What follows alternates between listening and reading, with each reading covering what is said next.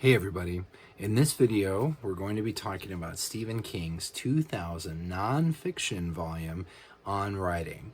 We'll show you what to look for when trying to identify first US and first UK editions of the book, as well as provide some thoughts on the work itself. The first US edition, trade hardcover edition, was published by Scribner in 2000. There's the back cover. Inside front flap, inside back flap with author photo.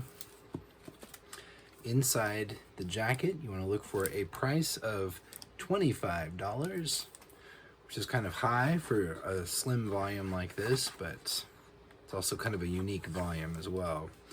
On the copyright page, look for your number line.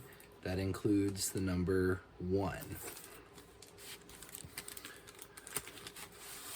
Underneath the jacket, it's been a while since I've looked at this one. Underneath the jacket, you have this like yellowish color boards with dark brown over the spine. This one's obviously been red. The spine is cracked, but anyway, gold lettering on the spine. Yeah, so not a whole lot to talk about with that one, other than, let's see, I do want to mention that it is, not only is it a slender volume, it is skinnier, or it's smaller all the way around than your typical Stephen King trade hardcovers from the last, 40 years or so. So yeah, it's kind of a modestly sized volume, but there's the first US edition of On Writing. Hey everybody, so today we're going to take a look at the UK trade edition of On Writing. The book was published by Hodder and Stoughton, and it's your typical trade edition. Dust jacket price is $16.99 UK. Know how well you can see that. The book itself is bound in plain gray boards. The spine has gold foil stamping, and the copyright page on this one has a number line that goes from 10 to 1, indicating a first printing. And that's pretty much it. That's what the back looks like. And that is the UK trade on writing. So On Writing is kind of an interesting piece, an interesting volume in the Stephen King universe. It has been published in this original version and a 10th anniversary version, which includes an expanded reading list, and then a 20th anniversary version, which includes all of the previous content, plus additional content from Joe and Owen, Stephen King's sons. The book was initially started in 1997, and Stephen King wrote the first couple of sections of it and then put it aside in early 1998, where it languished for a year or more, and then in June 1999 he read it over, what he had written. He was determined to finish it, and then promptly was in that potentially life-ending, nearly life-ending accident, the infamous hit by the van in June 1999. When he began to recuperate, he said that he basically had to learn to write all over again. It was like he had never done this before in his life. And novels were really challenging, fiction was challenging, but he went back to On Writing, a memoir of the craft, and he did plow through and he did finish it. And On Writing was the first book that he published after the infamous accident. And the final section of the original version of On Writing is entitled On Living, and is a neat, it's neat. By neat, I mean tidy, like an encapsulation, a summary of the accident and what came after. So there are a number of sections in the book There's a number of forwards. First forward, second forward, third forward, and then the CV section, which is the part that I have the fondest memories of. It has been a while since I've read the book, but the CV section is kind of like an autobiography of Stephen King, writing about his formative years, his childhood. It's funny, it's interesting for a Stephen King fanatic. It is required reading. And then, so CV, let's see. He talks about publishing Carrie, his early years from his childhood through becoming a published writer. And the CV section lasts about 100 pages. So it's quite lengthy in terms of the overall volume, and it's good stuff.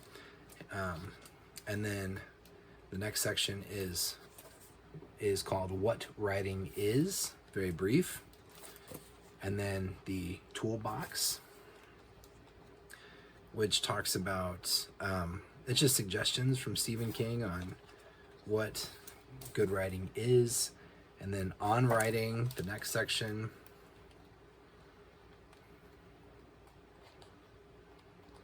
And then it gets into, it's not just a bunch of, it's not like Strunk and White, the elements of style. It's very engaging and very involving and interesting style, even for people who don't aspire to be writers or don't really know all of the vocabulary and the lingo of what Stephen King's talking about. It's well written, and it is engaging, especially for a nonfiction book. And then the final section, like I said, On Living, a postscript. And then he finishes it up with an example of his first draft of the story that eventually became, that was published as 1408. Initially, the working title was The Hotel Story. And so he published, it's really fascinating, kind of publishes what his draft looked like after he went back through and edited it and made some notes in the margin. One thing I remember about reading in this section was really interesting, kind of funny, practical advice. So he's talking about the initial draft of 1408. The main character is Mike Enslin, and the manager of the hotel initially was called Ostermeyer, and Stephen King went back and changed Ostermeyer to Olin, for the simple fact that it is much less of a pain in the ass to write the name Olin over and over than it is to write Ostermeyer over and over and over. So I just thought that was funny, like really practical advice. And it made me think of some of the characters in Stephen King's books, like the gym teacher from Carrie is Miss Desjardins, or Desjardins is what it looks like. And to have to type that over and over, every time I read Desjardins, my mind kind of like hiccups over it because it's such an unusual name. But Stephen King chose to write it over and over and give the character that name. Anyway, the very, very last thing is a list of recommended works, which is about 3 pages. It's really interesting.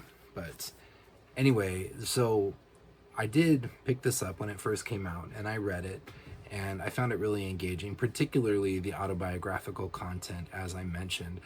One of the things that really sticks out to me now, years later, is how kind of On Writing is a book that literary types, the people that Stephen King might call literary snobs, actually, refer to On Writing almost in surprise. Like, oh, Stephen King isn't a total dunce. He's not an idiot. He actually has intelligent things to say. Oh my God, like my pretentious mind is blown. I remember that being one of the legacies of On Writing, is that serious people take the book seriously. And it helps them kind of understand that, you know, almost nobody is more serious about Stephen King's writing than himself. He may serve a popular entertainment focused goal, but he takes the mechanics and the art of what he does very seriously, and he is very intelligent about it. But on writing is just historically important, I think, because it was the first thing that he finished, published following his accident. It kind of, there are a few books in the Stephen King canon. I'm thinking of 11/22/63 comes to mind, where people who don't even read Stephen King, you know, read that. They were interested in it and they enjoyed it. On Writing has become somewhat of a classic along the lines of the work I mentioned earlier, The Elements of Style by Strunk and White. But for my money, On Writing is way more entertaining, way more engaging, and is definitely a high point and a unique one of Stephen King's long and illustrious career. But anyway, I appreciate you watching this video, and I thank you for your time. And until we meet again, I wish you the very best, and take care of yourselves, and I will talk to you later. Bye.